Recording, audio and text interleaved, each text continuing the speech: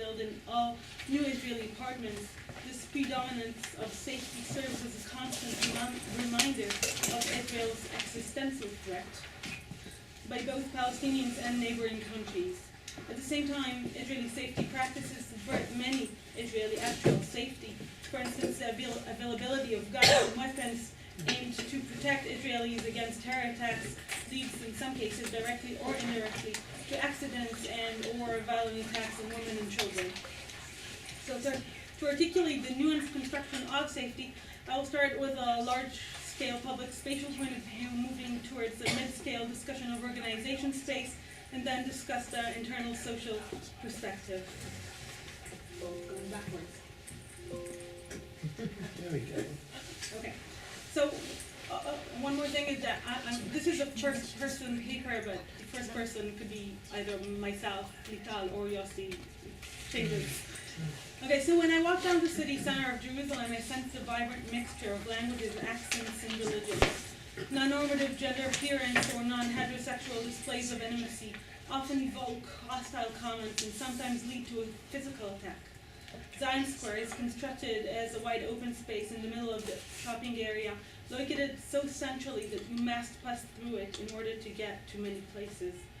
Throughout the day, the square was full of people crossing it, soldiers, civilians, resting for a minute on the benches around it, and youth hanging out with their peers. In particular, its common use as a site for demonstrations has turned into a political arena dominated by right-wing and ultra-Orthodox groups. Public square play a key role in creating social special boundaries and hierarchies, and Zion Square is no exception. The square's centrality is also allows for momentary and precarious acts of reclaiming the city. In the last few years, slut walks, standing demonstrations against the occupation, and several pride parades have crossed or occupied the square.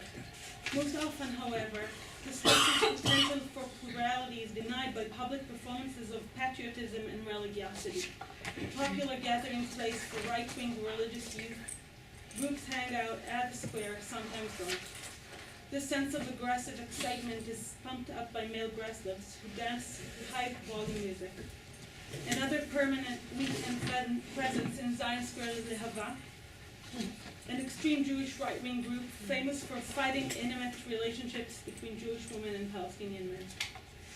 These and other groups coalesce into a highly explosive mess, not knowing when or against whom it will finally detonate.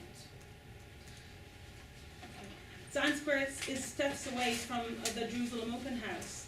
I will say the JOH for now. An LGBT community space located in central Jerusalem. Walking along Jaffa Street, a pride flag hanging from the first floor window of an office building is clearly visible, coloring all those who enter into the building as potentially queer. After ascending a 2 short flights of stairs, you arrive at the JOH's door. In 2011, I was starting my ethnographic work at the JOH. One cold January afternoon, the JOH staff suddenly noticed that the rainbow flag hanging from the street window was missing. Not knowing whether its disappearance was deliberate, administrative coordinator Sivan and I tried to hang a new one. Sivan told me that the flag was often taken down. That incident led to a discussion on the importance of the flag as a marker of queer visibility. In a space where presence and even more so visibility has symbolic power, and where being visibly queer is often experienced as a threat to one's sense of safety, the JOH's choice of maintaining visibility conveys a clear message. The presence of queer individuals in Jerusalem is an indisputable and unchangeable fact. In the Israeli context more broadly, this is also a courageous stand for liberal humanistic ideologies. Its repeated vandalizing attests to the fact that the flag's symbolic meaning is well understood by city dwellers. The analysis of flag flying is of considerable geographical importance for the understanding of social inclusion. Hoisting the flag in West Jerusalem was not a one-time activity, but rather a continuous performance, repeatedly asserting queer presence and contesting the heteronormativity of West Jerusalem. Paradoxically, for those who cannot enter the JOH because its visibility might mark them as queer, walking the streets and seeing a rainbow flag can serve as a symbolic moment of belonging. The flag symbolized a process of politicization that the JOH underwent, a shift from being only a home and a shelter for queer individuals in West Jerusalem to being an organization of social change. Along with this change, the JOH began to organize the annual Pride event in Jerusalem. West Jerusalem Pride parades always attract opposition, which often took violent forms. The annual Pride parade was opposed whether it marched through the city center on side streets or it was relegated to a stadium, whether it ended in a political demonstration or an after party, it didn't matter. Even outright violence against marches did little to mitigate this opposition. So this violence was sometimes even supported by the municipal administration, as reflected in a statement by former ultra-Orthodox Mayor Uri Lukiansky in a local newspaper in 2005.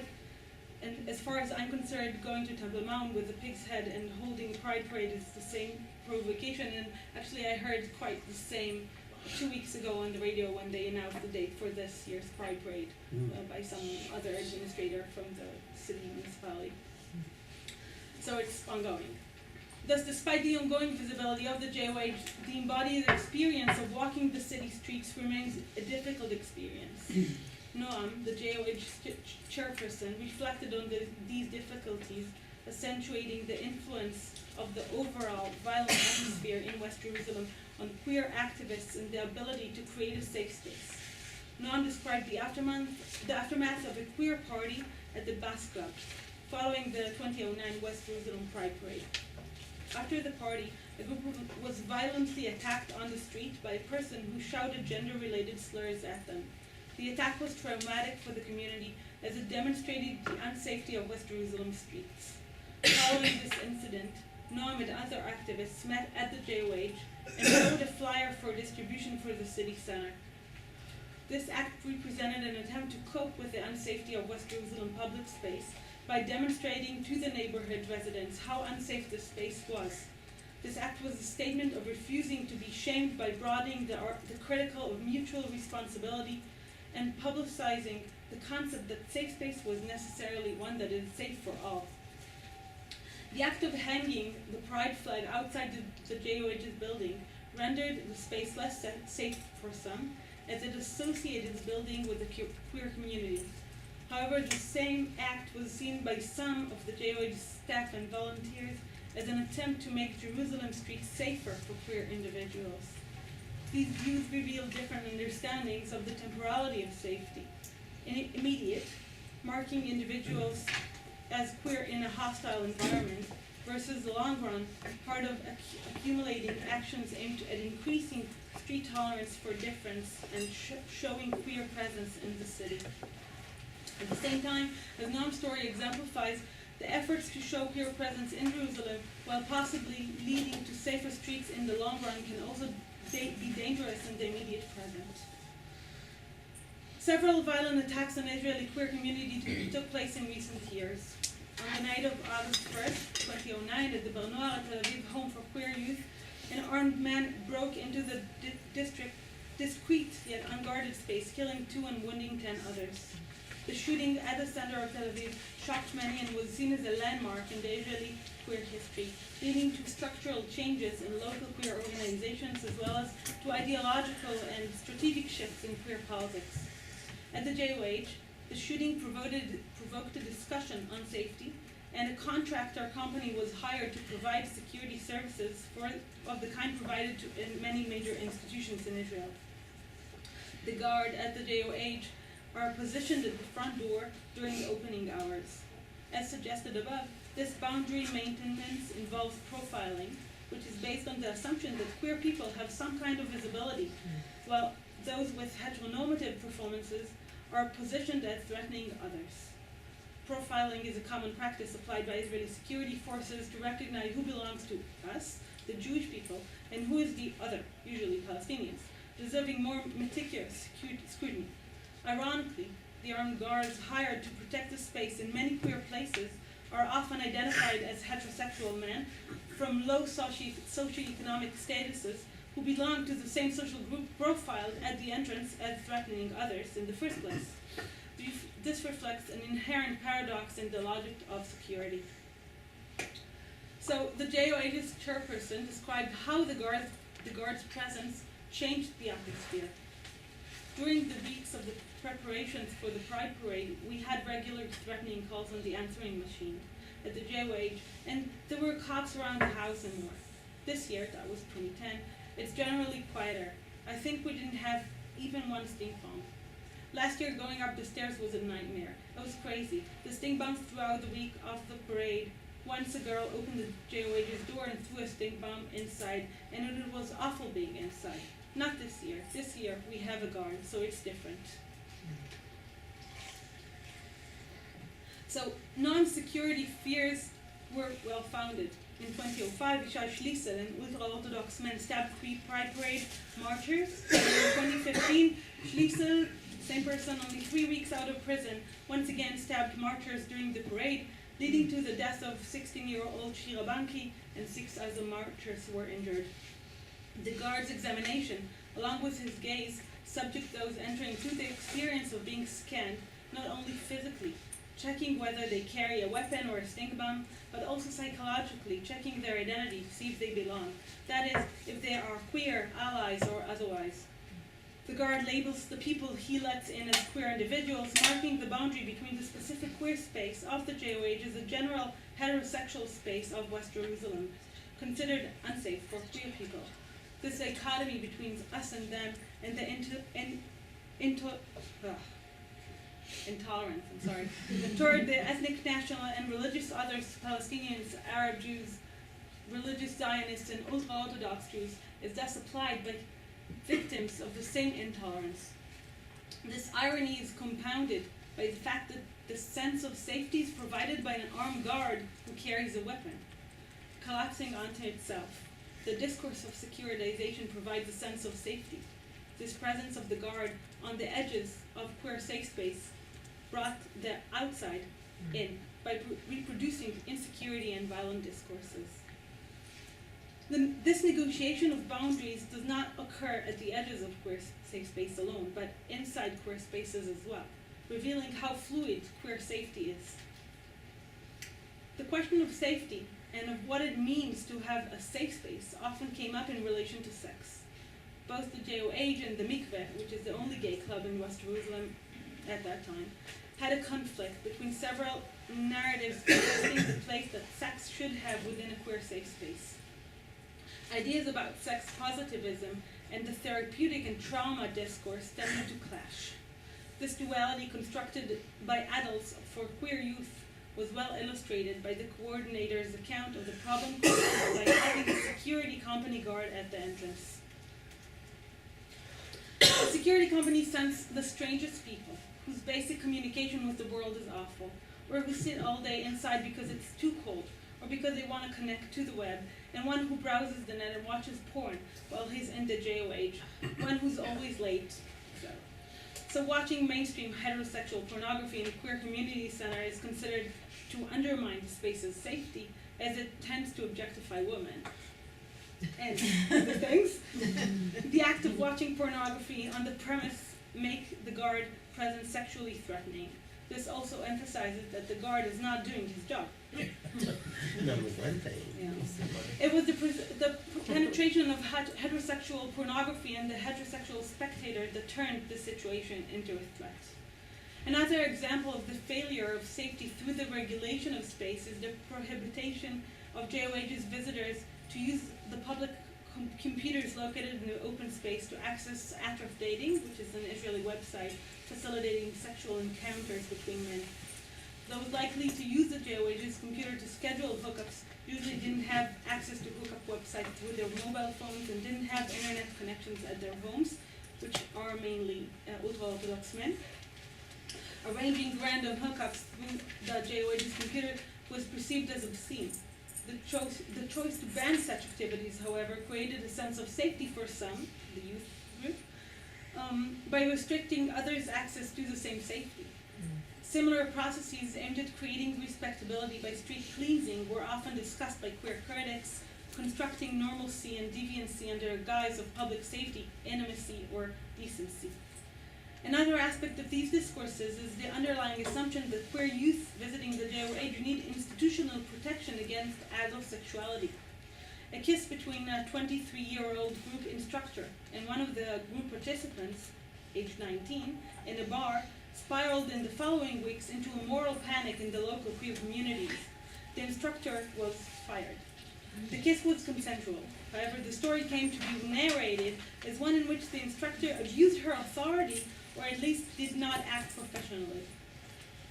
Okay, so to conclude, we have characterized public space in the center of West Jerusalem as a dangerous place for queer individuals. The boundaries between safe and unsafe are not different from other boundaries in Jerusalem. Claiming that queer safe spaces do exist, but outside public space, we discuss the ways in which intersections between religion, ethnicity, and socioeconomic status in West Jerusalem construct issues of visibility and violence for the queer Jerusalem community. Countering violence by visibility, such as waving a rainbow flag, has been shown to contribute to a long-term safety at the cost of short-term threat. Queer safety is constructed in relation to the urban city space of West Jerusalem, taking into consideration that the queer safe space must serve all queers, even ultra-Orthodox or Palestinians. These and other social groups who are perceived as others within Israeli discourses are welcomed into the space of safety. But at the same time, their belonging to the queer community is consistently challenged as they are seen as outsiders. Sex, too, is a source of unsafety, even within queer safe spaces. Safe space is a contested concept, and an ongoing debate within queer organizations is continuing. Thank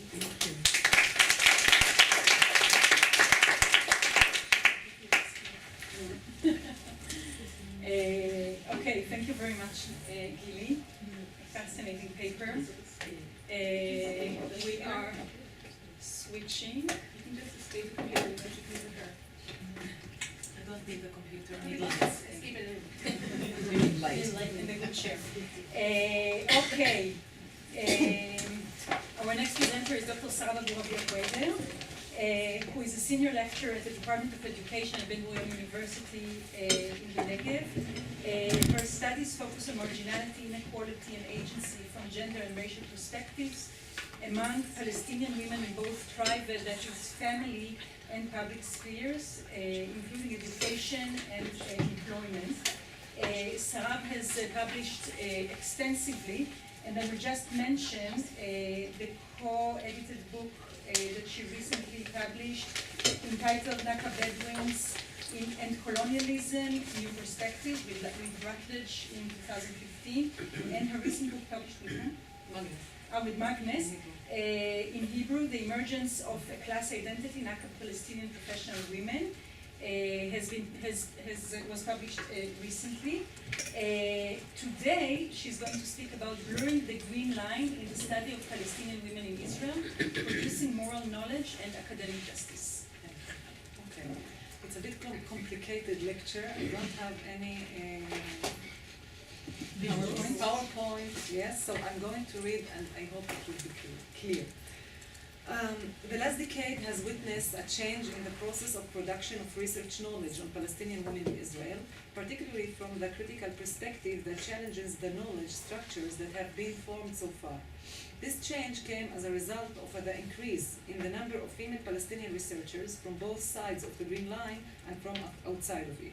These researchers have presented and are offering a new perspective related to the broader Palestinian context located under a continuous occupation labeled as settler colonialism by literature. My main argument in this short article is that gender research conducted mostly in Israeli academic institutions by Israeli researchers has not yet penetrated the Israeli barrier. Many researchers continue to place Palestinian women within the Israeli theoretical framework that views them as part of Israeli minorities suffering from inequality, ignoring the settler colonial structure that dictates their life.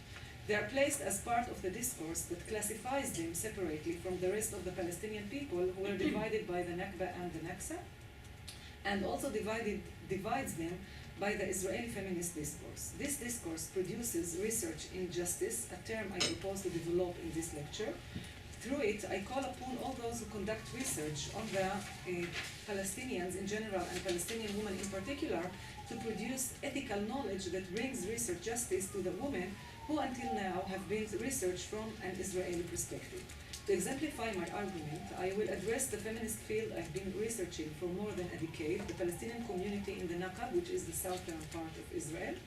I will discuss the position of the Palestinian researcher and her responsibility to produce ethical knowledge about the society she is researching and from which she came.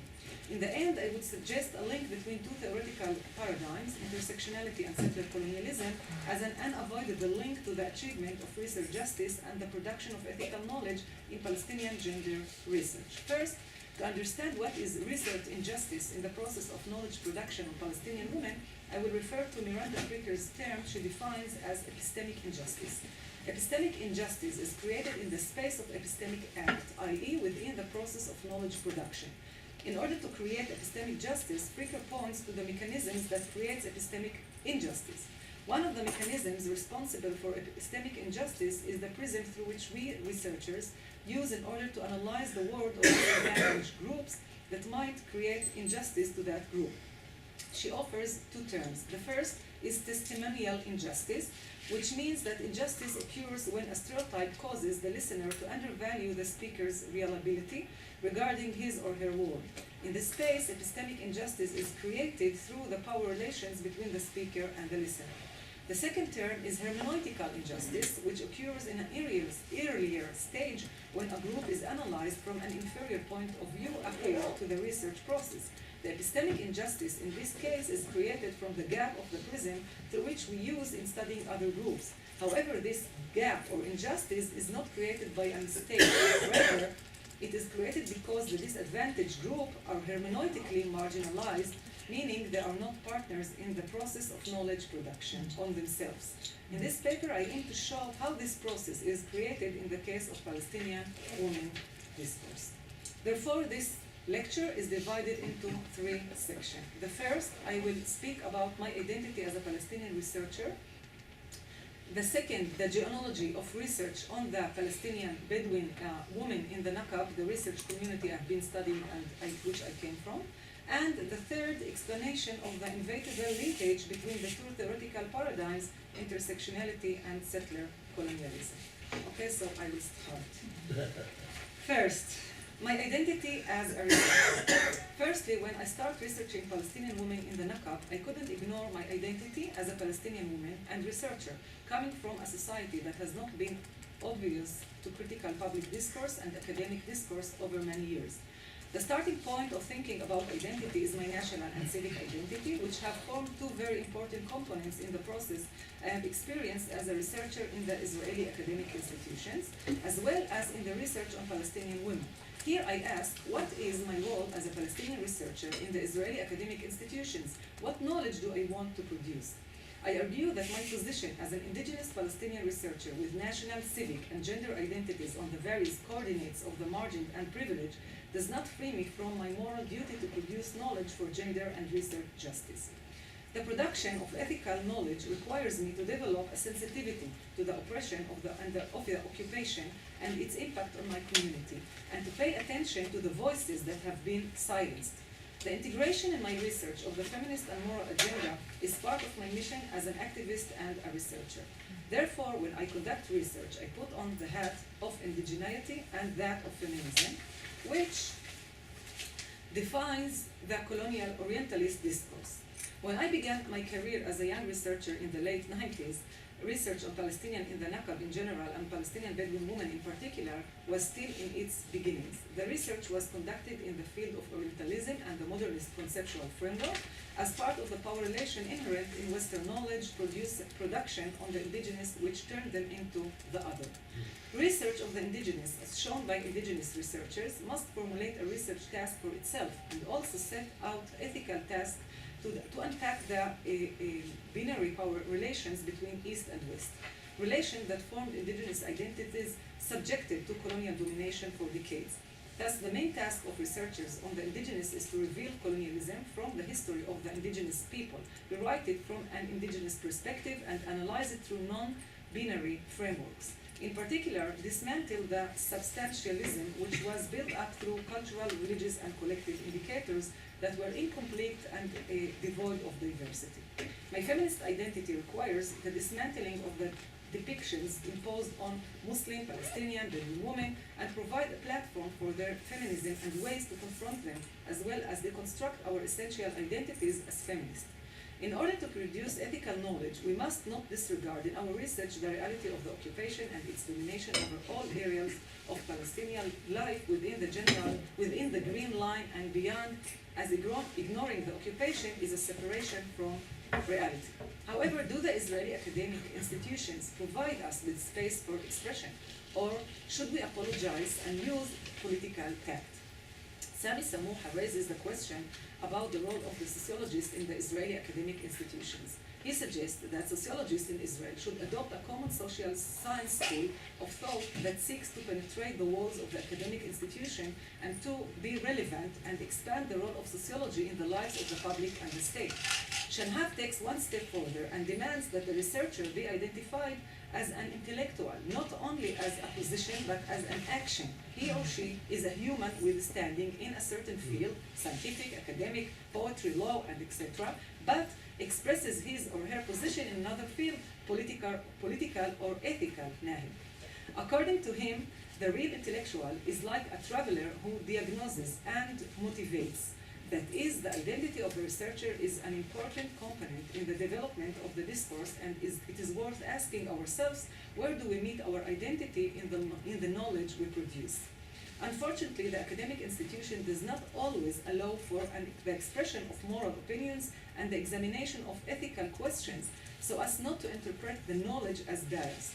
The campaigns of intimidation and silencing of voices that pressure the researchers may lead, according to Shanhab, to self-censorship. Shanhab adds that political and ethical questions have always been the red flags of scientific and intellectual activity. Therefore, he demands defending morality in the face of the neutrality of sociology. He says intellectuals' impartiality, or scientific objectivity leaves them outside the circle of discussion on the important questions of the phase. Objectively obtained in exchange for the absolute separation between authorities became what Theodor Adorno called Sodom's bed of consciousness. So this is the first part. The second part I will address is the genealogy of Palestinian gender research in the Negev, addressing the Bedouin study, the Bedouin population. In order to understand the research path I undertook as a Palestinian researcher who was the first to receive a doctorate in her community at a time when women were a minority in universities, we must understand the research genealogy of the evaluation of gender discourse in the research on Palestinian women in the Negev. Therefore, I will present the three stages of the development of gender research from the 60s to the present day. This gender discourse is not separate from the settlement colonial political situation, the political field, which designed and fed the research discourse in several directions. First, the discourse of modernization, which developed in the 60s and the 70s and produced substantialist and fixed identities of the Bedouin woman. This discourse was based on the cultural context, which emphasized that the move to the permanent residential communities is a modernization process in which the Bedouin refused to integrate or to integrate the woman into it. This produced a woman homogeneous identity discourse, a traditional identity that refused to change or develop as a result of its oppressive culture. This discourse was based on what I call fragmented axis, one that focused on the specificity of Bedouin culture, on the distinction of the Bedouin woman. Thus separating them from the rest of the Palestinian and Muslim society in Israel. This discourse empties the Bedouin identity, especially that of women, from its national identity as Palestinians, from its religious as Muslims, and from its indigenous as the owners of the land. Women are perpetuated as inert with no social agency, homeland, or history. This discourse, in its Orientalist character, blames Bedouin culture and tradition as a cause of backwardness of society and women. Thus, women's body is turned into a tool to justify Israel's enforcement. The coercive character is covered by a modernist discourse on Western liberal enlightenment and progress aimed at justifying its enforcement. For example, accusing tradition of not integrating with education and work. In the mid-90s, with the rise of number of researchers, both Palestinian and non-Palestinian, in the Israeli and international academic scene, and with the growth of the Palestinian Women's Association in the Negev, the discourse of marginalization and social agency was formed. This discourse, for the first time, had Bedouin women present in the academic discourse. It also made the gender and political issues they faced present, and highlighted their unspoken issues in the academic and public discourse. The discourse examined the production of marginal identities, along with their own strength and coping strategies. This discourse, on the one hand, emphasized the gender marginalization of Bedouin women as a product of various political and tribal power structure. It also stressed women feminism and power sources. This discourse linked the feminist identities and the feminism of the Bedouin women with the Arab, Middle Eastern, and Islamic world discourse outside the walls of Israel and Israeli academic institutions. It can be said that this discourse aims to have the silent voices of this group of women heard and to display the diversity of identities. The third discourse is the discourse of occupation, settler colonialism, and the Nakba. Has emerged in the last 5 years. The indicators of this discourse began to emerge with the intensification of the political violence against the Bedouin and the Palestinians in general, the Palestinian national resistance, and contact with Palestinian researchers outside the framework of Israeli academia. This is a unifying axis that sees Bedouin women in their position as part of the Palestinian women's position, as part of the Palestinian people, and it reconnect them with the national, religious, and indigenous identities. It is an insightful and critical discourse that considers settler colonialism as a given structure and a starting point. It examines the role of this structure in the design of identities from a broader perspective, for example, from the context in which they design. This research cluster is still in its beginning with regard to everything related to the Palestinian women in the Negev. In order to enrich the research and to be fair with it, we must produce ethical knowledge. Therefore, I suggest the linking between intersectionality and settler colonialism not as a temporal structure. I will also explain how each of the theoretical paradigms can feed and enrich gender research in the study of Palestinian women in the Negev. My focus on the Negev again stems from the fact that this is the research field in which I am active. In addition, gender research in this field is from these new angles and in general is still new. And here I come to the third part of the lecture, which is the production of ethical knowledge. As I mentioned above, I cannot ignore settler colonialism, which is a central factor in the design of the society in which I live and research, under the shadow of its domination and centrality in all spheres of life, openly and covertly, as is the case in occupational regions covered by democracy and liberal nationalism. It is imperative to define the existing situation in Israel as a violent settlement occupation, opened and covered, directed against the Palestinian community on both sides of the Green Line. The logic of the occupier is based on two main elements: the logic of elimination and the substitution of indigenous people, their institutions, language, space, memory, and history. The settlement occupation apparatus does this through the process of de-indigenization, which is to remove the indigeneity of space and language by controlling and destroying even every sign of an indigenous existence. This theoretical framework enables us to comprehensively understand the extent of control over the two Palestinian communities on both sides of the Green Line and not focus on one community inside Israel as if it were completely separate from the other.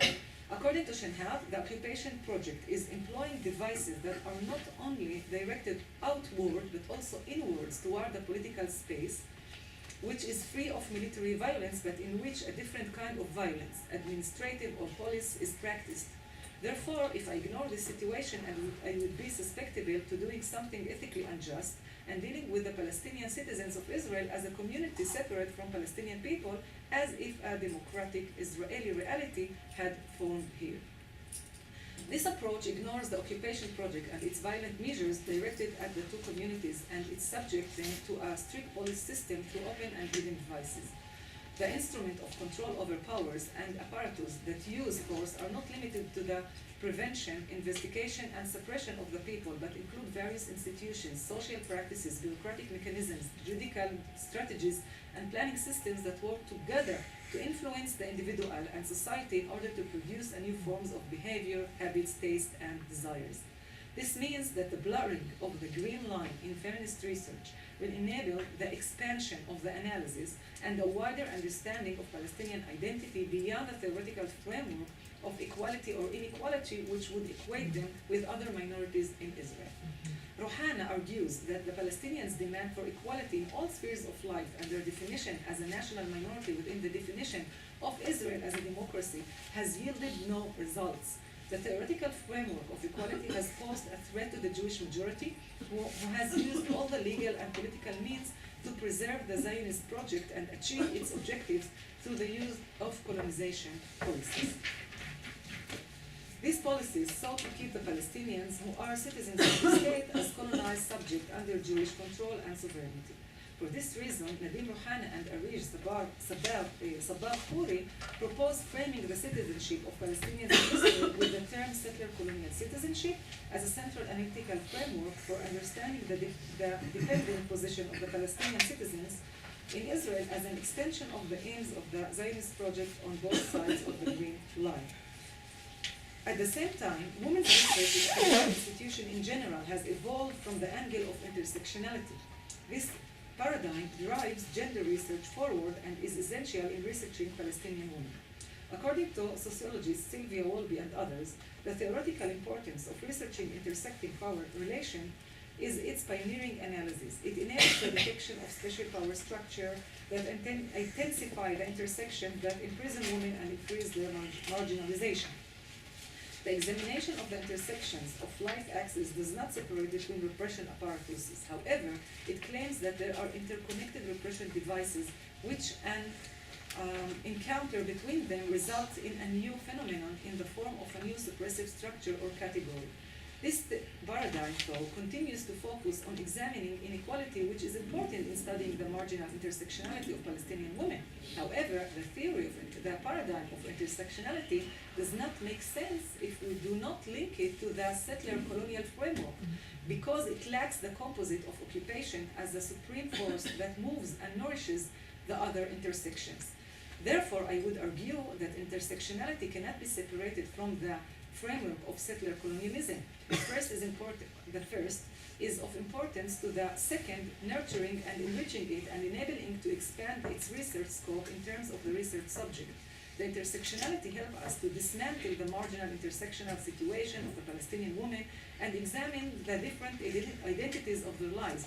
However, these gender identities cannot be designed without the context of the structural apparatus of power and violence in the settler colonial system, which is based on mechanisms to enforce obedience, power, and sovereignty. These violence and power forces are employed against the Palestinian women on both sides of the Green Line and affect the design of their gender, sexual, and family identities and the production of dependent identities on both sides of the Green Line. The conceptual framework of settler colonialism helps us to see how gender identity is shaped in Palestinian society by promoting patriarchy, designing behavioral habits and restriction of women through patriarchal alliances.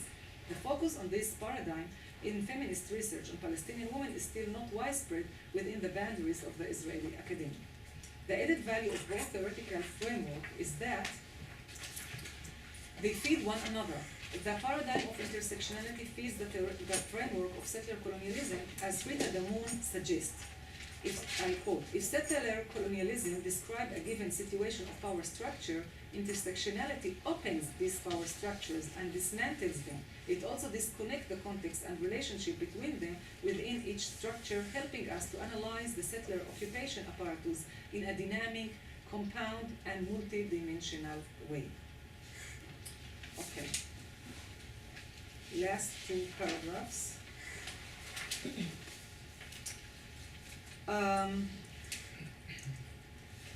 What is meant is that settler colonialism enabled me to reveal the mechanisms of constraints with a broader historical perspective and learn from other situations in the world about the strategies of control in settler colonialism and not to be merely satisfied with the cultural interpretation that does not bring research justice to the community. What is missing in this process is viewing of the link, what link all repression apparatus that have been revealed? What is the power structure that operates it? How it is related to the different places and identities that threaten Jewish sovereignty in the spheres. The intersectional analysis framework allows me to unpack the power structure. However, without the framework of settler colonialism, I will not be able to examine this power structure as part of a broader colonial apparatus with a history and logic fueled by more extensive device of occupation and exclusion. Only in this way can we understand that control, policing, and establishment of sovereignty, whether in the West Bank or in Israel, aims to design the social body of the subordinate as part of the designing of the reality under occupation. Once we expand the scope of considering Palestinian women as part of the larger project, we expand the glossary we use and view the production of ethical knowledge that produces research justice as part of the Palestinian resistance discourse and mechanism of resilience in all aspects of life. Thank you.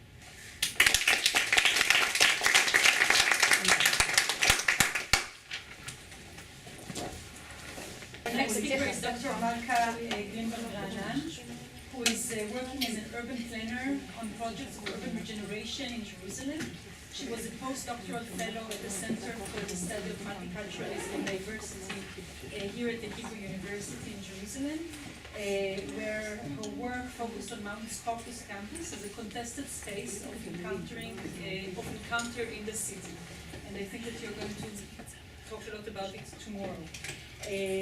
She holds a PhD from the Department of Geography here at the Hebrew University. She's also a board member of the NGO Ilan, which Gilly is going to speak here tomorrow, right? And also chairs the playground committee at her daughter's school. That's in the intro here. And today she's speaking about fashioning borders, embodied spatial practices of Palestinian Muslim women in Jerusalem. I'm going to start off by, I think we all need space to breathe and to think and contemplate what Sarab said. And this is a sort of fast movement to a very, coming over and thinking about my paper.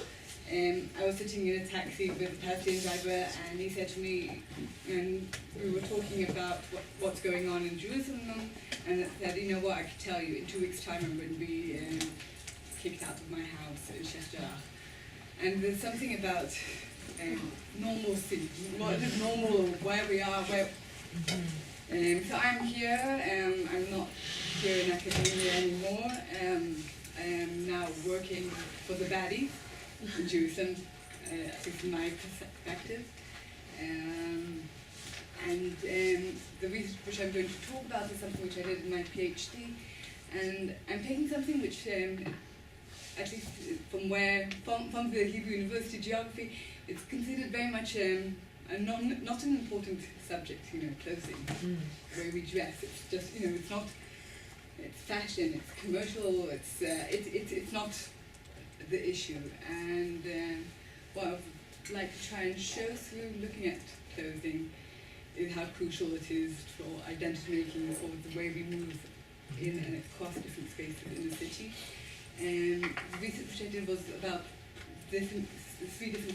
my PhD was about 3 different communities in Jerusalem: the ultra-Orthodox communities, the Jewish secular community in Jerusalem, and the Palestinian Muslim community in Jerusalem. And so my research was looking at the different communities, not in the way of trying to say, let's see how we, there's the unequalness and the power relations is very strong within me as an Israeli Jewish Ashkenazi woman.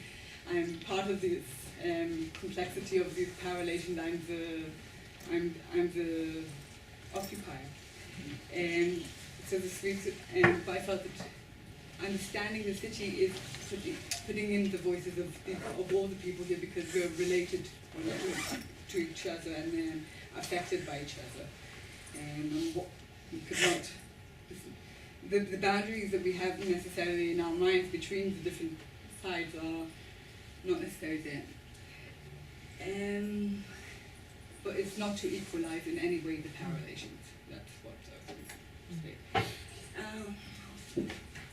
I once went to a theatre play in West Jerusalem with two Jewish friends. It was at 9 o'clock in the evening, and I felt that everyone was staring at me, thinking, what is she doing with Jewish women? I then did something distorted that I will never do again. I took my hijab off and I changed the way I tied it so it resembled the head covering of a Jewish religious woman. I tried to fit in. The backlog of my research is that one of the processes which is happening in Jerusalem over since the Second Intifada 2005 is that the spaces of activity in Jerusalem are becoming much more shared spaces. That I think Bafal talked about it, about the construction of the separation barrier has very much created a situation where Palestinians are much more dependent on West Jerusalem for their livelihood. 50% of Palestinians in East Jerusalem are working in West Jerusalem. Since the construction of the separation barrier, the economic situation in East Jerusalem has deteriorated in a very considerably because they've been cut off from their surrounding economic of the West Bank, and therefore, I think it's gone down to 80% of the population is under the poverty line, and so the process which is happening is that Palestinians, in order to make do to live their lives, they are dependent on the amenity, on a space, on the different amenities which are in West Jerusalem. And we see this process which is in very specific areas in the city. It's not necessarily everywhere. It's the hospitals, it's the universities, it's the open parks, it's the shopping malls. It's a very specific space which is becoming much more shared in the sense of co-presence of different populations, not in the idealized way. And what is also important to understand is that this process also has very much a gendered aspect to it. And through the interviews with Palestinian women, a lot of them said, well, Palestinian men used to go out and work in Jewish areas, and they met, the population met each other. But now it's become much more, now there are much more women who are, now it's, we see women and children and families who move over. Another important catalyzer which has shifted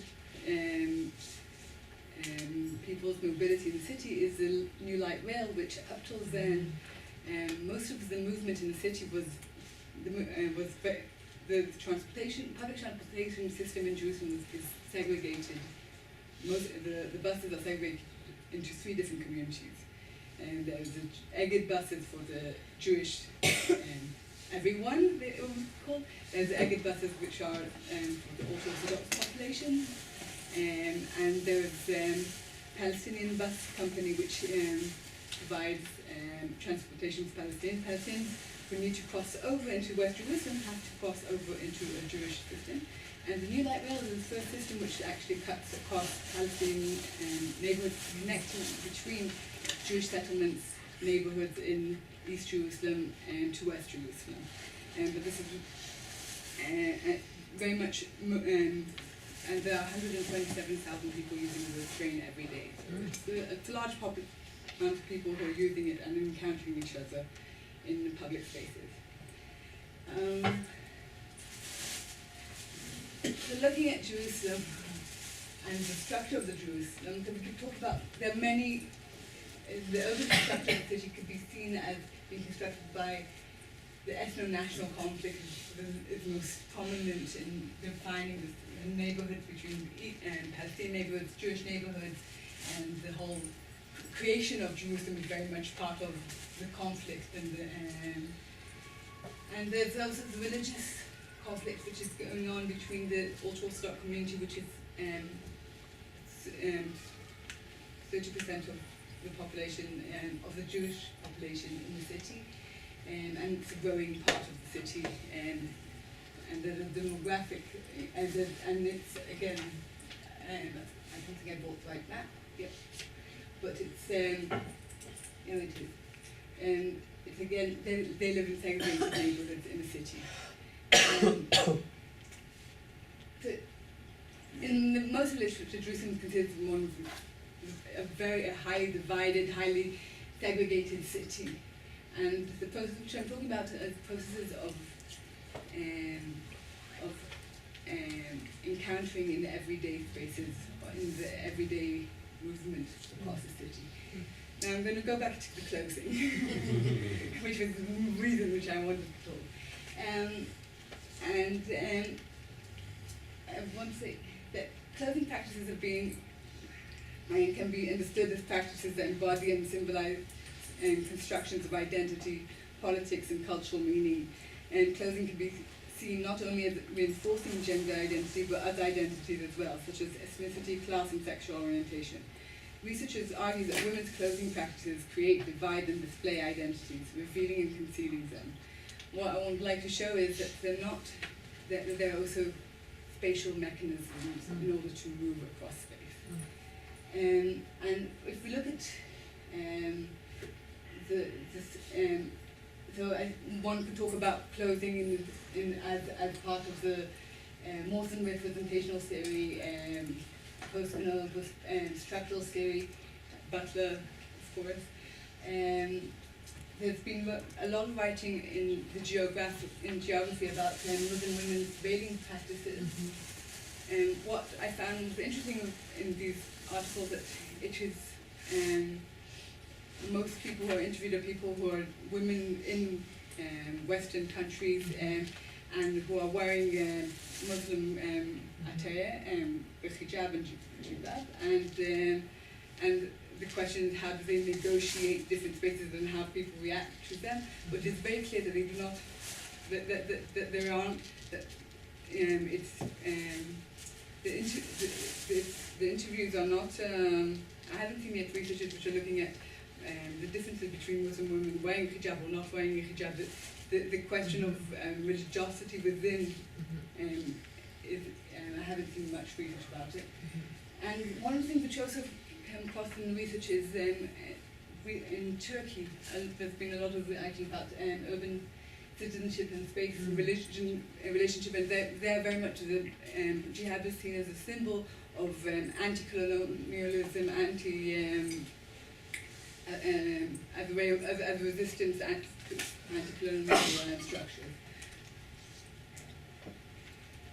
So my research question was, in what way do clothing choices of Palestinian and Israeli women affect their everyday movement in Jerusalem? And what I'm going to try and show is that if the research in some places show regarding Jerusalem that the ultra-Orthodox area is the space where secular women do not enter and are asked, and they do not pass through our neighborhood in modest clothing. It's interesting for me to certainly come in a trip in East Jerusalem to see the sign, my Muslim system, your hijab and your jilbab are your purity and your modesty.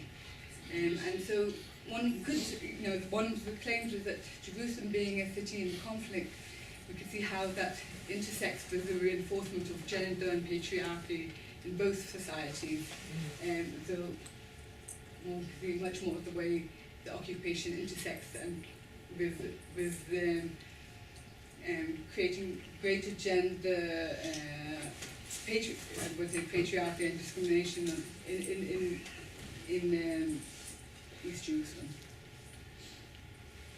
So I conducted 60 semi-structured interviews with young 20 to 30 educated single women, 30 Palestinian Muslim and 30 Israeli women. It is clear that this is not a representative sample. The interviews with Palestinian women, I did not conduct them. I had a Palestinian research assistant who conducted the interviews because I did not feel that it was right for me to do them being the occupier. And it was part of a larger project where I actually gave women GPS tracking devices in order to see what extent they crossed boundaries and what were the mental maps of the city, whether they feel safe, whether they feel unsafe, and to sort of see if they cross boundaries, under what circumstances did they cross boundaries. And so the question of clothing was very much a sort of a minor of the large research, but I think it was important for me to take it out and say this is important for me. The participants were all recruited from snowball sampling. Going to the Israeli station, I saw the guard smiling at me from the distance. I asked him, do I need to show my ID card? He asked, how did he know? I said, I'm used to it. He apologized and said it was his job. I told him, I know, your job is to check only the Arabs. I also confront them, the policemen, and tell them that I live here. Why should I show my ID all the time? When it happens, it ruins my whole day. It is simple. An Arab woman dressed in a hijab, you need to stop her. 4 or 5 years ago, before I wore the hijab, I could go around freely.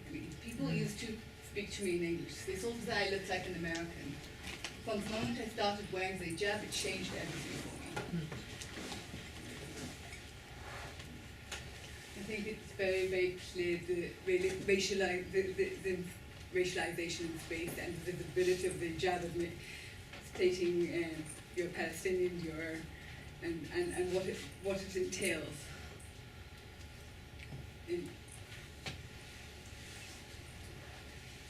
There's no problem for me in places with Jews because I do not cover my head, and therefore I encounter less racism. If I wore a hijab, I think I would experience incidents of physical and verbal violence and racism because my friends do. In Pisgat I feel comfortable, but on Jaffa Street and in Mamila Mal, I feel less comfortable because of the attacks on religious women wearing hijab. So we could see again that there's some areas which are considered safer and areas which are considered less safe, and the memory of somebody who was attacked and how that trauma affects the rest of the community is something which affects people's sense of mobility. When I go to Jewish areas like Jaffa Street or the Mamila Mal, people recognize me as Arab because I always wear a hijab. My sister doesn't wear it, and I feel that it is easier for her to talk to her in a different manner than they do to me, in a more gentle and accommodating manner. The approach is different. This is why I'm more careful when I visit Jewish areas. It was very clear the differences between the sisters, the differences within the family, the differences between friends, and I'm again looking at Palestinian society as one unique sort of homogenized. No, it's very differentiated and affects different. I went to Tel Aviv alone for my studies, and I wore a hat instead of the scarf like the Jewish religious women. When I go to the old city, I dress in a more modest way because I do not want people to look at me. When I go to Jewish places, I do not wear very modest clothes because I do not want the Jews to look at me. I recently started wearing strange and unusual clothing, a certain style which is more colorful. I'm now not as concerned because I changed the way I dress to hide my identity, because I do not want to be disturbed.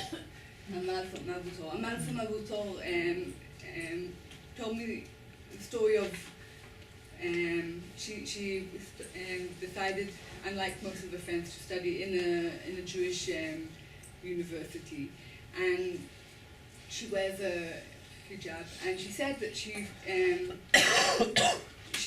was very clear to her that what she's doing in her community was not considered legitimate in studying, and that there was a lot of fear and criticism regarding her decision to study there. And she said, at some point I decided, I wanted to change the way my clothes because of who I am, because she's a young woman changing from age 17 to age 21. And clothing has a personal, important meaning of creating an identity.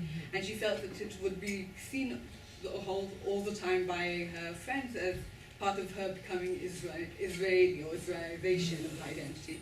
And at some point she said, I am who I am. I do not want to be read by this, and I started to wear strange, colorful clothes, because this is who I am.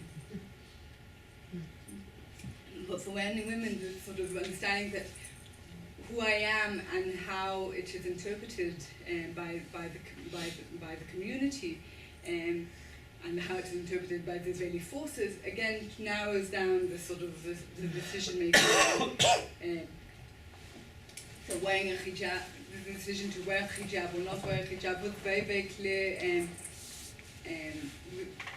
at how it's interpreted within the community and how it's interpreted in West Jerusalem. Okay. I don't care, even if it doesn't suit other people. I might not feel comfortable because the way people look at me, because they don't accept or like my clothing. It doesn't affect my choice of clothing. And this is resistance. I'm creating. This is my identity. I do not. This is my place. I heard that I need to dress modestly and wear a headscarf in a place like Sawia, the old city, so that young men will not harass us. There are places in Jerusalem that I wouldn't attempt visiting because the population is undeveloped, primitive, like Solbacher.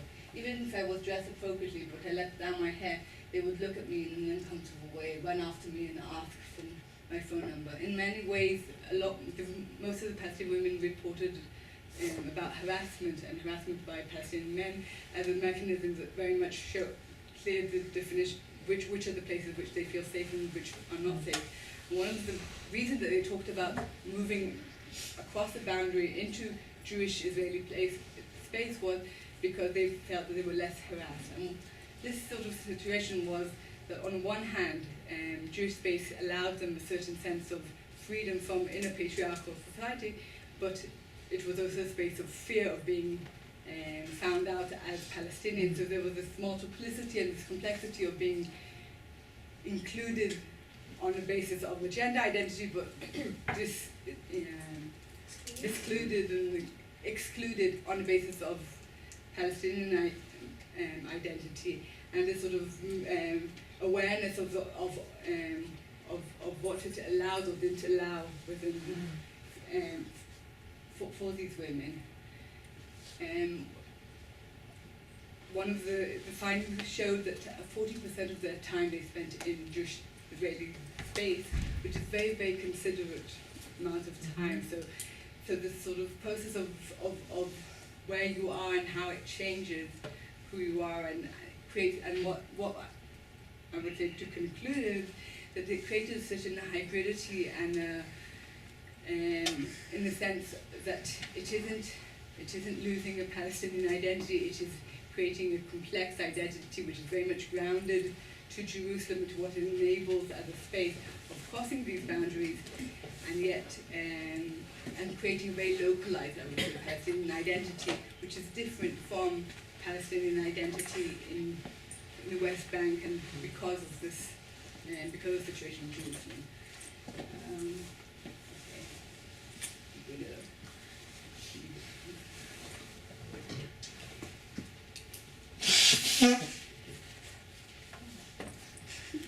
I'm sorry.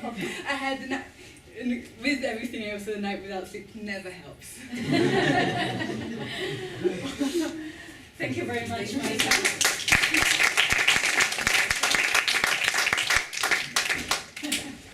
I'd like to thank Tal and Nufar, which I'll now take you to Istanbul after this day of Israeli-Palestinian stories and all the information and all the knowledge, which I appreciate, because that's basically the reason I'm here, because I was curious about that, and I told about my curiosity to Nufar when we met in Berlin in summer, and then she introduced me to Tal, and Tal was kind to invite me, so I had a long detour but made my day here, and I'm going to have the last session today, so it's an interesting feeling.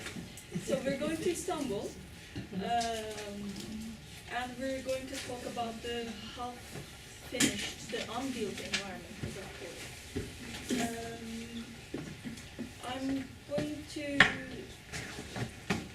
I'm going to read from the paper for a while, and then we'll end up with some examples. And I had planned this to be a more in-depth engagement with the methodology, because I think that's my that was the point I wanted to make here. That's what I planned for this event. But because it's this time of the day and I have this thing here, I think we'll go ahead, and if you want to talk more, we'll still have time to do it in the next days or after the session. So, this work is part of the now complete Marie Curie Fellowship, which was more broadly on the concept of ordinary violence as a slow, structural, felt thing, a non-eventful thing, and not as a noun but as a word. So I was interested in, I worked for 2 years around developing this concept of ordinary violence, where I went the non-eventfulness of everyday life and the violations bodies experienced in normal life. And this kind of branched out of that exploration. I'd like to begin by a small story of fortification that led me to question what the social and material act of construction does to our perception of ourselves and others and of the places we live in. Before going to the UK, I used to live in Munich, working at the University of Munich as a postdoc in a pretty affluent Bavarian city in South Germany. An enormous barrier higher than the Berlin Wall was erected in Munich in 2016 to separate young refugees from angry locals. A 4-meter wall was erected in Neuperlach Süd, a Munich suburb, after locals complained about the 160 young unaccompanied migrants who were planned to move into the shelter that was being built back then in the area, in this Neuperlach Süd, which is a ex-industrial working-class neighborhood of subsidized housing that was then owned by the renters. Residents in this area, mostly early immigrants, guest workers from Turkey and Russia, owning houses less than 100 meters from the asylum center that was built, went to court to ask that a wall needs to be built. One of their arguments was the fear that the value of their homes would decrease if there is nothing to separate them from the refugees who could be there for years to come, just like themselves. Eventually, a €200,000 wall was built to surround the accommodation complex, yet to date it remains empty. The complex, the shelter, remains empty, as it's no longer a safe place for potential unaccompanied minors to settle and live. But the 4-meter wall itself remains, separating the neighborhood from the construction site. And it nonetheless became an area of high security, police patrol, and a general no-go zone. So, as today's last session and the only paper from a non-Israeli context, I propose to take a step back and focus on the bordering role of the built environment. Before a construction gains form and function, the social space of the construction site. I will be talking about this impact of the unbuilt or the half-built environment of the construction site in triggering fear and anxiety in different bodies and subjectivities. As a starting point, I take a well-known quote from The Little Prince by Antoine-Exupéry. A very simple secret, he says, and that is, what is essential is invisible to the eye. Now, in our case, this doesn't mean that different forms of walls, fortifications, fortresses, and the solid bordering of borders, how borders border, how bordering happens. The solid bordering effects of these militarized built environments in general are not essential, but rather, I would like to suggest that the visibility and felt experience of these effects are bound by the terms and tools of knowledge that shed light on them. That is, generating the terms and cases to articulate and express what and where the borders are and for whom. In any context, at any time, as a continuous practice of thought, thinking about bordering as in the word form. The rest of my talk on the felt experience of the construction site in Istanbul does not aim to contraposition the visible and invisible borders, walls and fortifications that limit, diminish and punish being, flow, presence and co-presence of human and other bodies, but rather my aim is to present a discussion on visibility and invisibility as an epistemic question of knowability, of knowing and making known where the boundaries are and how they border physically, racially, socially, and gender-different bodies and subjective experiences.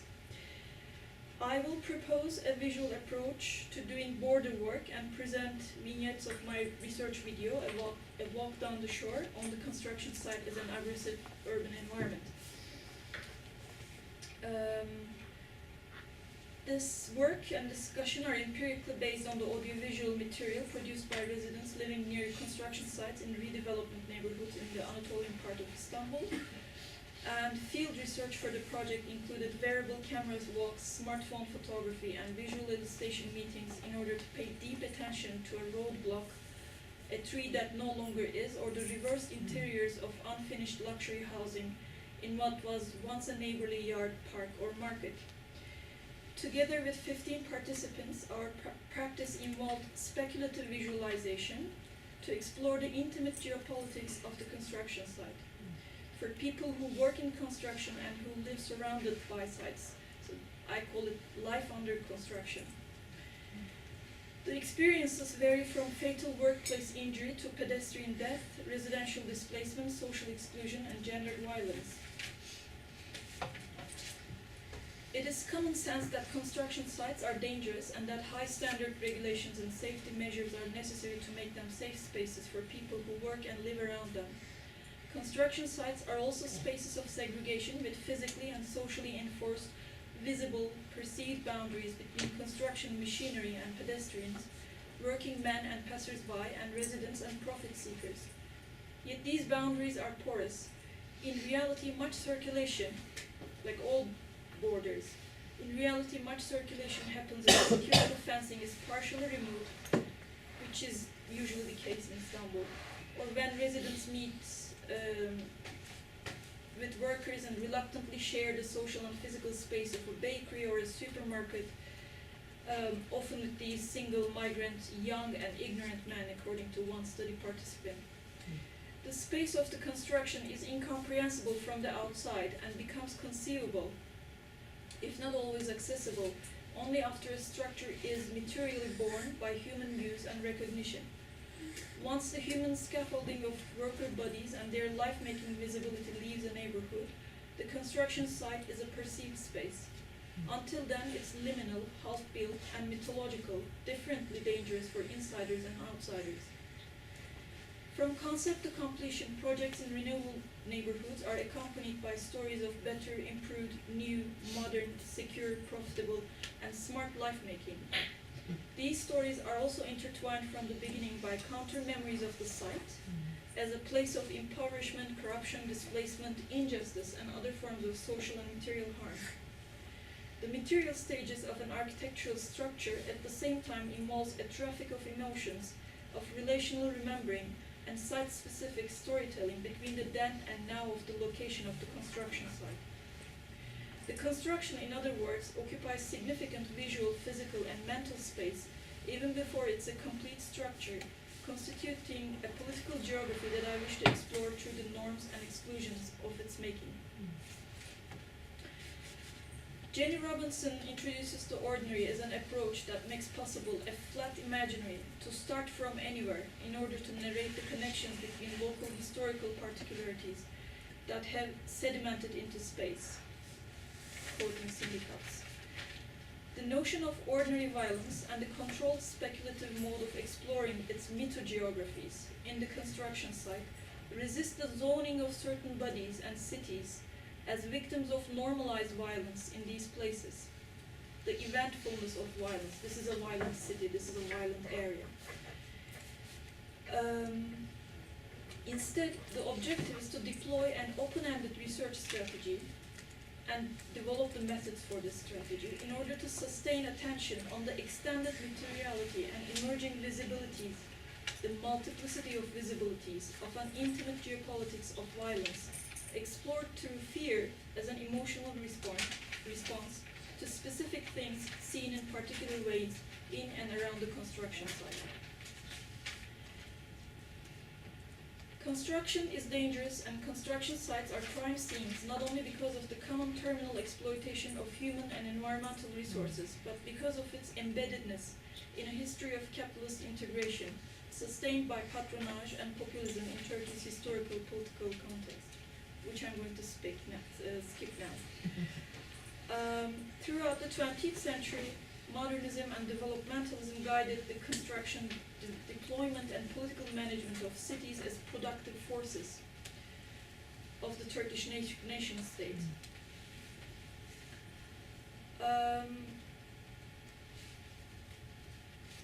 The spatial assemblage of the state-making, of nation-building, and capitalist transformation, socioeconomically, culturally, and ethnically divided, violently demolished, and periodically destructed, reconstructed, and commodified Turkey's geographies of death, wealth, survival, insecurity, and exclusion from Istanbul to Sur and other Kurdish and minority neighborhoods, towns, and cities.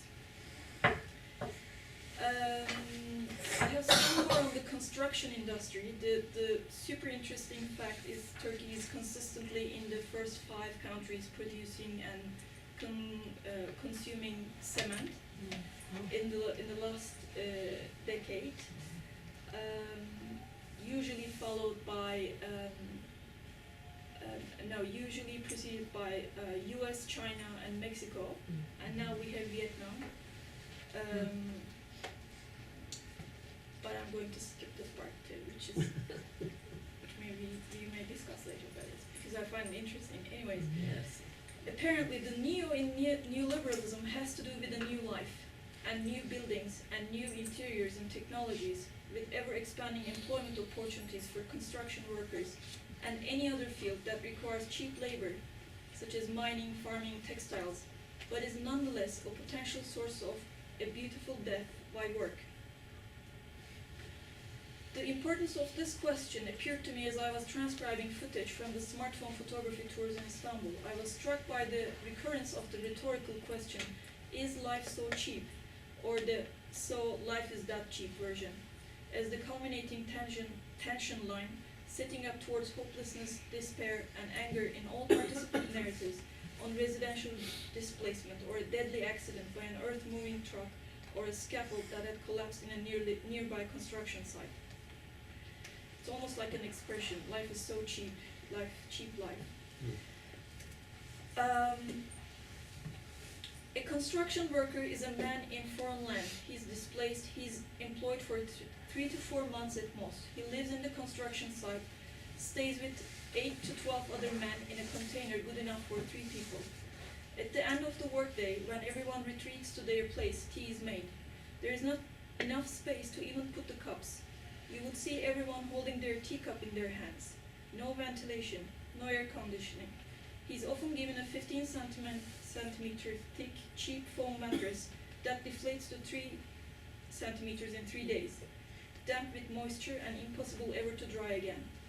90% of the construction sites in Istanbul are like this, and I'm telling you, this is a typical description. There are worse ones. This was a quotation from Mustafa.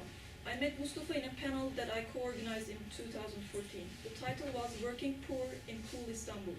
Istanbul was cool back then, before all the explosions and everything. And our aim was to invite worker initiatives from various industries, including academics, call center, textile, and construction workers, for a forum on precarious work, work-induced pain and distress. Mustafa is a master tiler specializing in marble.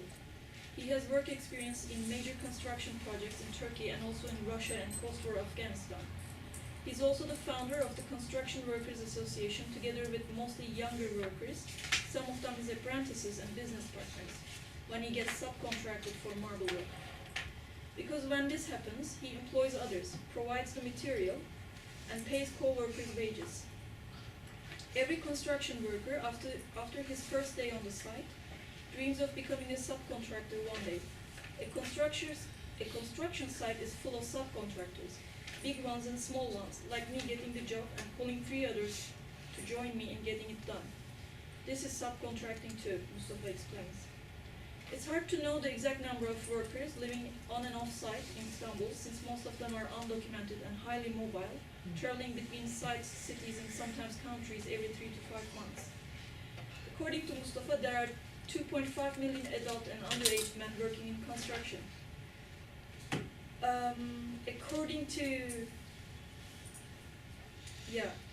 Turkey ranks the 3rd place in the world and 1st in Europe according to International Labour Organization's data on fatal workplace injuries. According to the Istanbul-based Health and Safety Labour Watch report, construction fatalities make up the highest of all reported work-related deaths, and that's 25%. Mustafa tells one incident of a worker friend who refused to work from an unsafe scaffolding where the contractor forced him to climb. He was eventually fired even though the structure collapsed on that same day, actually within minutes of the dispute. The Association of Workers contacted the employer as his official representative to claim his remaining earnings. The response by the employer was, he should have climbed up there no matter what, because his insurance was paid. This simply means that his family would be compensated in the case of severe injury or death, not as an exception, but as a likely byproduct of his profession. Construction workers also couldn't care less about gentrification or the fact that he builds the places to which you or he will have no access to once finished. He is completely alienated and externalized from the product of his labor, exact quotes of Mustafa, using the term alienation. A working, money-saving, life-making machinery, workers are poor, exhausted, and socially excluded bodies. They are bodies. Their masculine materiality, especially of the youngest and oldest, are a disposable thing of the construction site. Upon initial contact with resident participants, I was exclusively reminded that the whole area is a construction site, and this is a quote, with more specific references to dust, trucks, and men as the major potential obstacles in the neighborhood. Another popular expression I was reminded of was İnşaat ya Resulallah, which is a changed version of a small Islamic prayer expression of intercession, asking mediation from the Prophet, Allah's messenger and chosen one, to help with Muslim sins and harmful deeds when the time comes on the day of resurrection. The slogan, İnşaat ya Resulallah, replaces mediation with construction, and the story becomes a call to the Prophet for erecting more buildings, which is what conservative businesses, small property owners, and international investors want until the big day comes. Okay. If you want to show maybe just one then.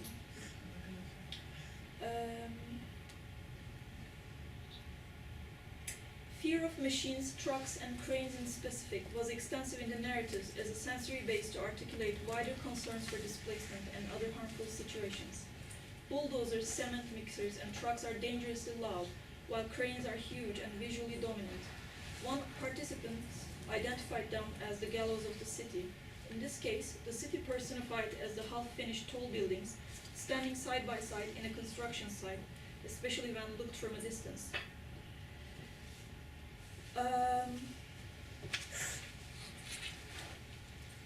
The construction site is an investment on male lives, its military organization and mythology of victimhood, martyrdom, and generally of sweat and suffering more broadly reflect the masculinist alliance around the construction site as a war zone where land and lives are gained and lost.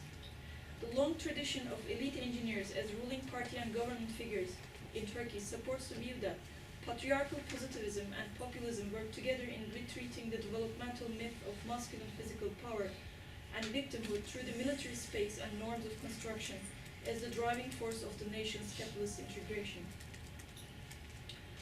Thinking through the rubble and dump of construction means paying attention to the cemented histories, not only of restricted places, but how these restricted senses of place travel through space and bodies, resulting in embodied mental states of feeling, moving, and making sense of the world through borders. I'm going to leave it here by showing maybe one clip from an edited video of participant-generated visuals and sound. So I'm going to be There's a small part where I explain what you'll be looking at. I think I should do it. So Okay. the video shows smartphone snaps transposed onto walking camera footage of sound and body movement. Images are also coded by participant-generated hashtags, which you will see. Narration is gendered and codes anonymized participants. One of the clips include music. I was referred to this song by a participant who tagged cranes as dinosaurs and mentioned this song. Specifically the lyrics on extinction, displacement, and choice that connected the dots between how she felt about living under construction.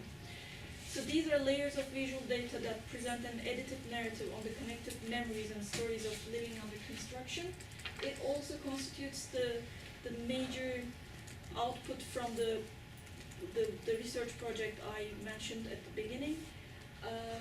It has other episodes, but I think you'll be seeing only one at this point. And I would also like to mention that it's a journal publication. It's under review as a major publication, which was part of the methodological point of the project. I had this idea from the beginning. I had several battles to get it done, but it worked out. So if anyone is interested in things around those lines, we may discuss later, which is not. Maybe you can make it bigger. Can you make it bigger? Let's see. Yes.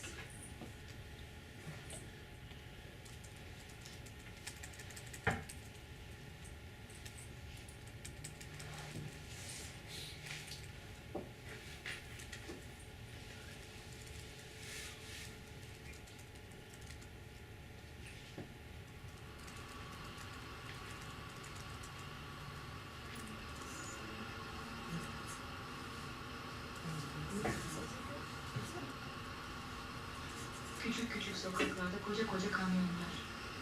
Sesi ayrı, kendi ayrı. İyi şoförler gerçek olan değil buradan böyle.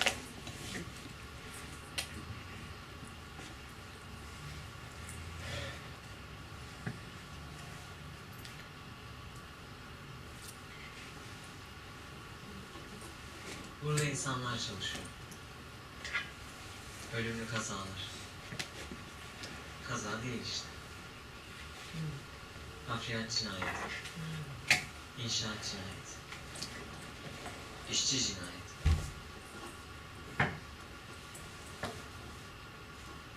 Burada kamyon devrilmişti.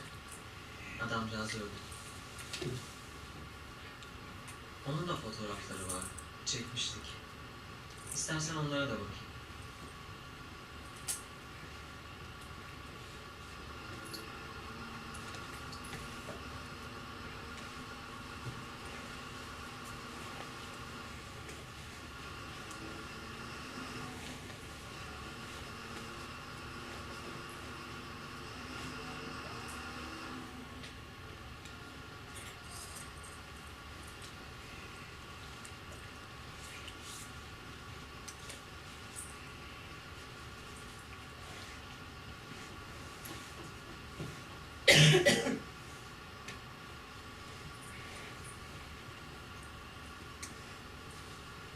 İdil bu hakta. Hep 23 yaşında.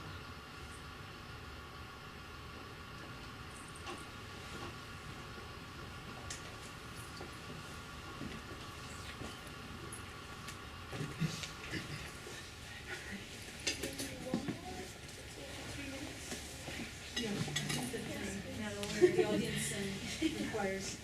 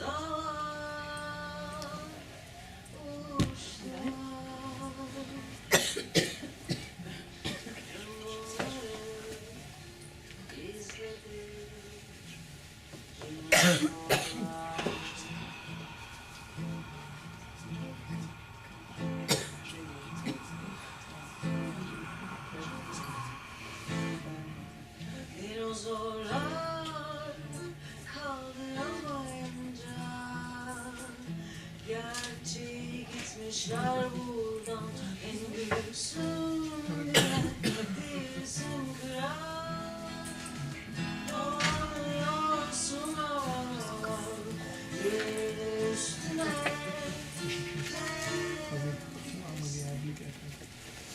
şey küçük senin için.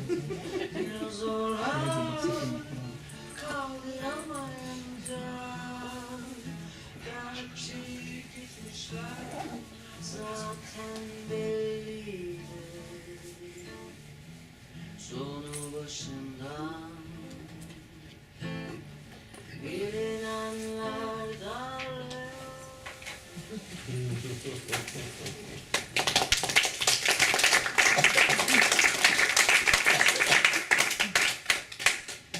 Wow. Okay, this is very challenging. First of all, Can I turn on the lights? yeah, I don't have any presentation. You have Okay. Okay, so I'll try to be brief because I think that these 4 papers are so interesting and so thought-provoking in so many different ways that I really would like to leave enough time for discussion. So I'll say a few words about each of them and then I'll try to connect them or make some links between them. So, who was first? Gilly was first. Yeah. Okay, so Gilly and all the others. Just some thoughts really briefly. Obviously the pride flag as a sign of visibility, the choice of the Jerusalem Open House to maintain its visibility with where's to maintain its visibility within the cityscape, and you're talking about Zion Square, of course, and all its meanings. And here, of course, I was just thinking about Judith Oppenheimer's dissertation about the Zion Square, and what I found most intriguing in your paper, and I'll mention it later because I think that this is kind of a thread between different papers, is of course the question of safety and unsafety, and especially the challenges for safety from within. So places that are supposed to be a safe space, what actually are the challenges of this feeling of safe or a sense of safety? And you were talking about the guard, you were talking about the computers, who uses the computer, what is on the computers, what's on the cell phone, etc. I wonder, so this is, that's in the background. So I wonder, Gilly, if maybe you can talk a little bit more about the other outsiders that you mentioned towards the end of your paper, and especially about the Palestinian ultra-Orthodox experience regarding the open house that you mentioned towards the very end of your paper and also your talk here, vis-a-vis the issues of safety and unsafety, because I imagine that for them it's even more, extreme than what you described. And again, I'll get back to your paper later.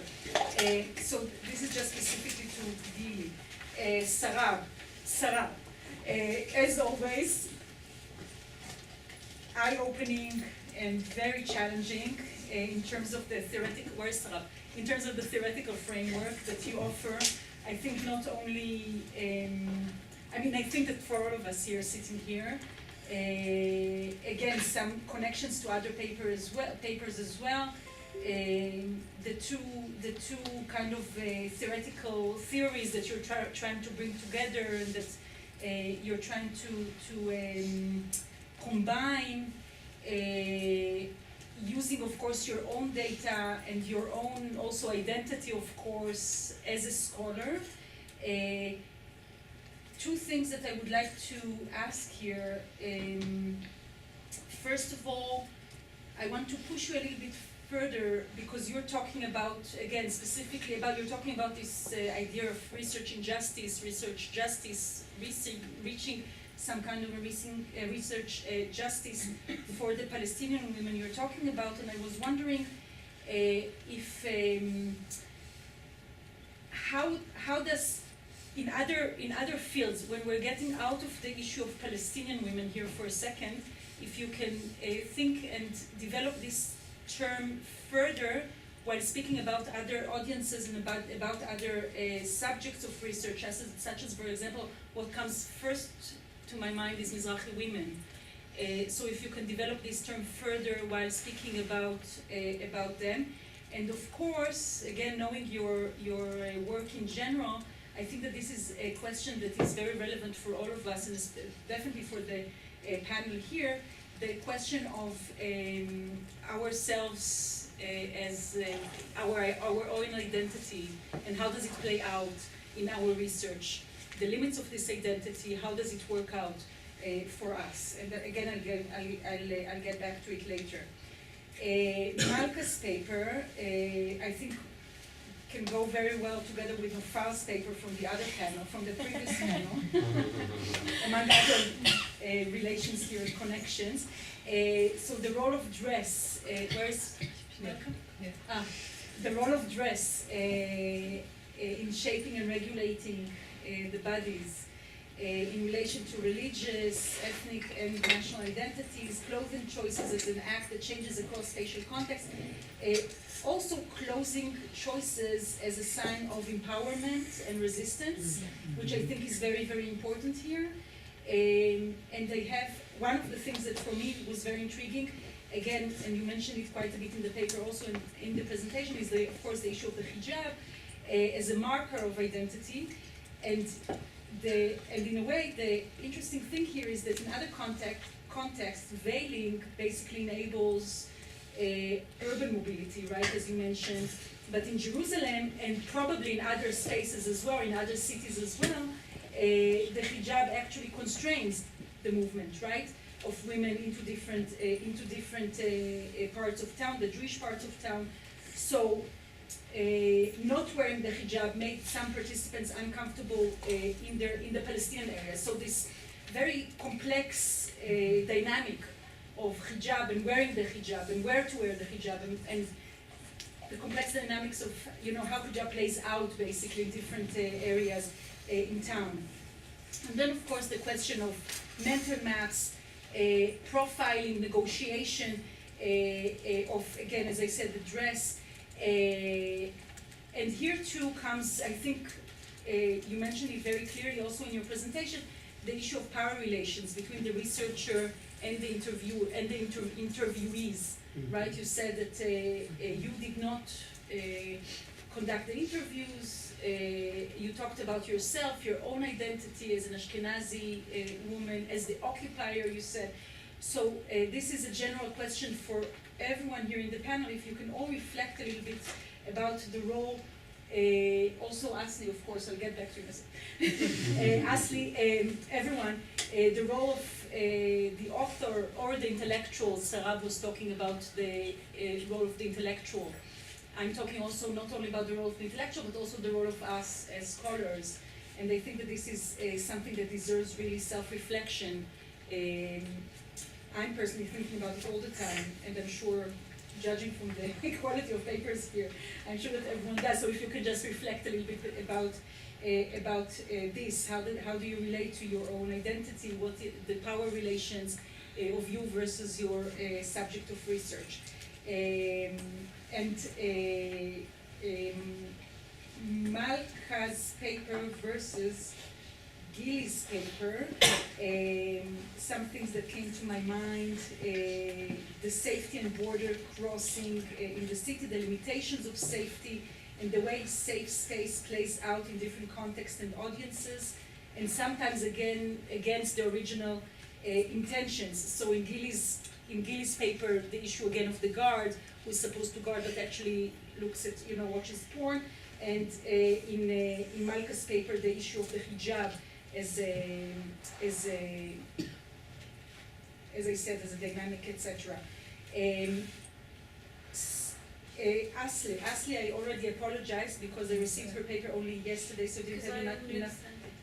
You only sent it yesterday, I know. This is why I received it only yesterday. Because I didn't have a chance to really delve into it, but I found it extremely interesting because, first of all, I love Istanbul. Secondly, I love, I'm teaching actually about Istanbul in connection to cosmopolitanism, and I'm asking whether Istanbul is a cosmopolitan city. Which of course is very relevant also to this presentation, and I never thought of construction sites in the way you're talking about them. I'm thinking about construction sites in Istanbul, especially regarding the as you mentioned, the gentrification, apropos the Gezi Park protests, neoliberalism in Istanbul in that sense, and the protest against this. And here actually we can think about some connections to the Israeli situation, because in Israel too, construction and construction injuries especially is very much in the news, and I never thought about it in the framework that you mentioned here. So I think this is, and again going back also to the question of normalcy, which was discussed in the previous panel.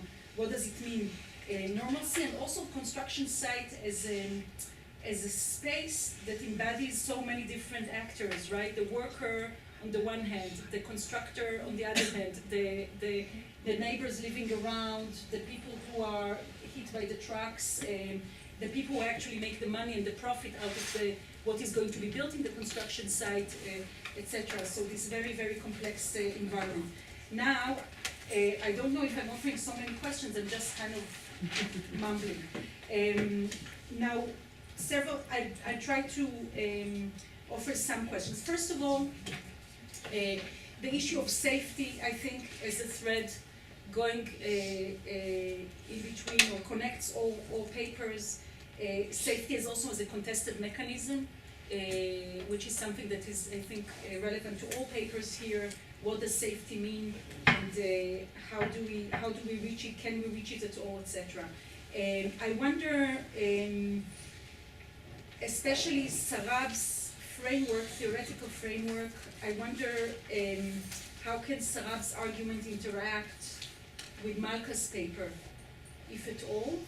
Also maybe with the Nofar's paper from the previous panel. I mentioned the role of the author, the intellectual, our position as researchers, asking everyone to reflect a little bit about this. You don't have to, but I'm, inviting you.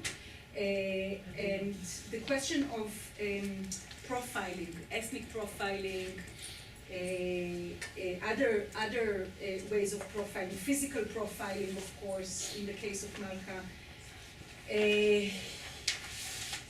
What else? I think that I will. Techno-profiling. Going around with a wearable camera at the time. Right. That was Right. So your methodology, also very interesting. Your position as a researcher coming from geography, apropos the earlier talk, the first talk that we heard this morning about geographers and the role of geographers and the different methodologies that geographers use, also very fascinating and intriguing. So I'll end here my comments. And I think that maybe the best thing to do would be, I don't know if anyone wants to comment on the comments, or maybe we should just open it up and then everyone can pick and choose whatever they want to. I also